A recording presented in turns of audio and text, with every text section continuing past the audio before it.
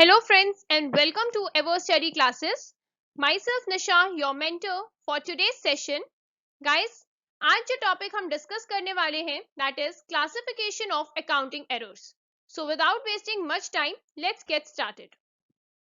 Guys, before moving ahead, Ever Study आप लोगों की परफॉर्मेंस, आप लोगों की प्रिपरेशन को बूस्ट करने के लिए कुछ कोर्सेज ऑफर कर रहा है that is courses for PGT Commerce examinations and for other commerce examinations.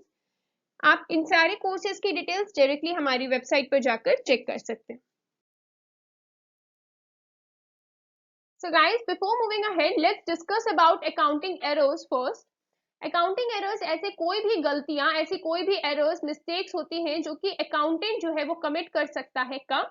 जब वो कोई भी ट्रांजैक्शन को जर्नल में रिकॉर्ड कर रहा है या तो जर्नल में से लेजर में पोस्ट कर रहा है, और इवन अगर कोई अकाउंटेंट कोई फाइनेंशियल स्टेटमेंट्स प्रिपेयर कर रहा है और उस टाइम पर उससे कोई गलती हो जाती है तो हम लोग उसे भी अकाउंटिंग एरर्स की टर्म में ही बोलेंगे. राइट? क्या रीजंस होते हैं इन अकाउंटिंग एरर्स के अराइज होने के? सबसे पहला रीजन हो सकता है कि भाई हमारे जो अकाउंटेंट है जिसने हमारा बुक्स ऑफ अकाउंट जो प्रिपेयर कर रहा है उसे इस प्रॉपर तरीके से नॉलेज ही नहीं है कि किस तरीके से क्या चीज किसके बाद क्या प्रोसेस फॉलो किया जाता है, कौन सी अमाउंट को कहाँ डालना है, क्या डेबिट होता है क्या क्रेडिट होता है, ऐसी कोई नॉलेज है ही नहीं. या तो उसने बहुत ज्यादा हड़बड़बाजी में काम किया है और केयरलेसनेस तरीके से उसने अकाउंट्स को प्रिपेयर किया है, तो गलतियां हो सकती हैं. इनइफेक्टिव इंटरनल चेक, मतलब हम लोगों को जब भी हम लोग अकाउंट्स प्रिपेयर कर रहे हैं तो हमारे इंटरनली चेकिंग जो होती है वो बहुत स्ट्रांग होनी चाहिए. हमें टाइम टू टाइम चेक करना चाहिए कि भाई सब कुछ ठीक चल रहा है, प्रॉपर तरीके से बुक्स ऑफ अकाउंट्स प्रिपेयर हो रहे हैं या नहीं हो रहे हैं. अगर वो चेकिंग प्रॉपर टाइम पे नहीं हो रही है, that may also cause the arising of accounting errors. Right?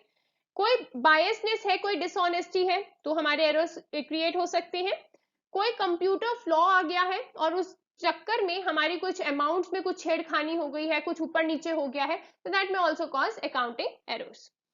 Accounting errors basically अगर हम टाइप्स की बात करें तो अकाउंटिंग एरर्स हमारे दो बेसिक टाइप्स के होते हैं, error of principle and clerical errors.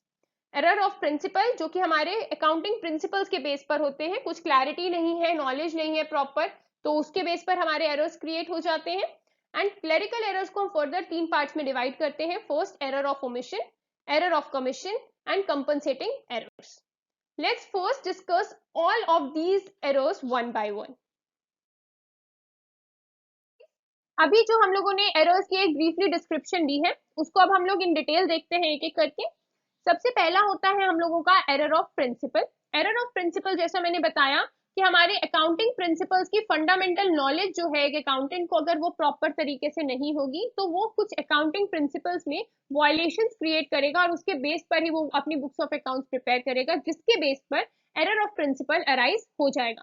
For example, अगर हमारे अकाउंटेंट को बेसिक क्लैरिटी ही नहीं है कि रेवेन्यू एक्सपेंडिचर और कैपिटल एक्सपेंडिचर में क्या डिफरेंस होता है, कैपिटल एक्सपेंडिचर को वो रेवेन्यू एक्सपेंडिचर ट्रीट कर रहा है और रेवेन्यू एक्सपेंडिचर को कैपिटल एक्सपेंडिचर, तो उस केस में हमारे एरर्स प्रॉपर तरीके से होंगे एंड वो जो एरर्स होंगे उन्हें हम क्या कैटेगराइज करेंगे, error of principle.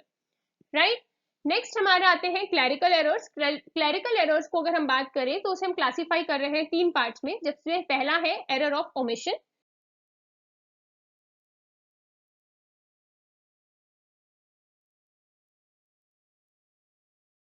Error of omission क्या है? एरर ऑफ ओमिशन बेसिकली कोई भी ऐसी ट्रांजैक्शन, बिजनेस ट्रांजैक्शन है और वो बिजनेस ट्रांजैक्शन को हमने प्रॉपर तरीके से बिल्कुल ही इग्नोर कर दिया है, हमने उसे देखा ही नहीं और उसे हमने अपनी बुक्स ऑफ अकाउंट्स में रिकॉर्ड नहीं किया. तो अगर हम लोग फुल्ली रिकॉर्ड नहीं करते हैं, मतलब एक पूरी ट्रांजैक्शन हुई है, सपोज करो हमने परचेज किया है तो purchase account debit to cash होता है. राइट?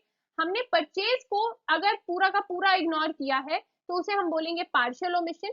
अगर हमने इस पूरी की पूरी एंट्री को ही इग्नोर किया है, मींस ना हमने कोई अमाउंट परचेज में डाली है ना कोई कैश में डाली है, तो इस स्पेसिफिक एरर को हम बोलेंगे error of full omission. Right? Next अगर हम बात करते हैं अपने नेक्स्ट क्लेरिकल एरर की, that is error of commission. Error of commission की अगर मैं बात करूं तो एरर ऑफ कमीशन क्या है? एरर ऑफ कमीशन के अंदर बेसिकली ऐसी ट्रांजैक्शंस होती हैं जिसे हम या तो रॉन्ग अमाउंट से डिनोट कर देते हैं या तो रॉन्ग अकाउंट में पोस्ट कर देते हैं.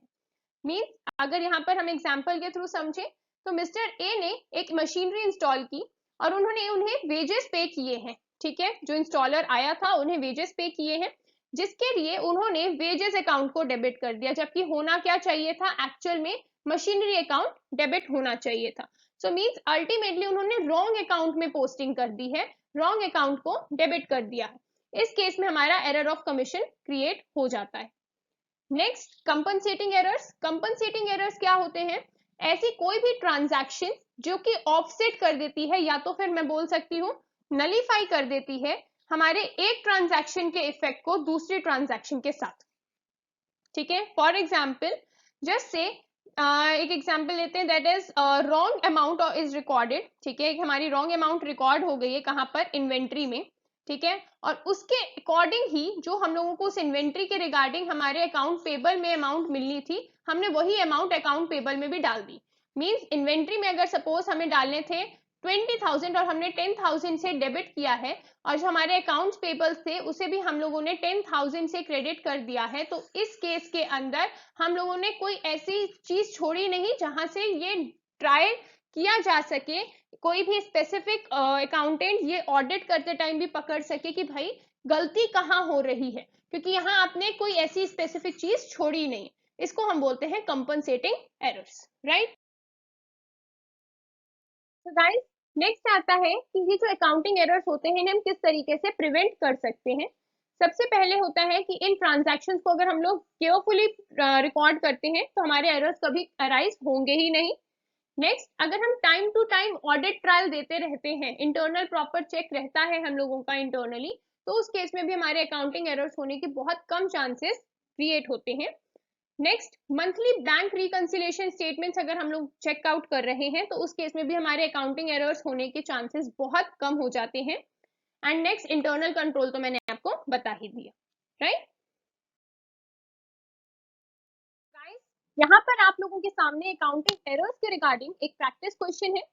इस स्पेसिफिक क्वेश्चन का आंसर इस स्पेसिफिक वीडियो के कमेंट सेक्शन में आप दीजिएगा, एंड ऑल्सो अपने रिव्यू शेयर कीजिएगा with respect to all such videos. तो thank you so much guys.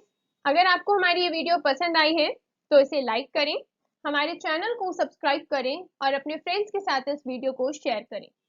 Also अगर आपके पास कोई सब्जेक्ट रिलेटेड क्वेरी है तो आप हमारे ईमेल के थ्रू या हमारे टेलीग्राम ग्रुप के थ्रू हमें कांटेक्ट कर सकते हैं।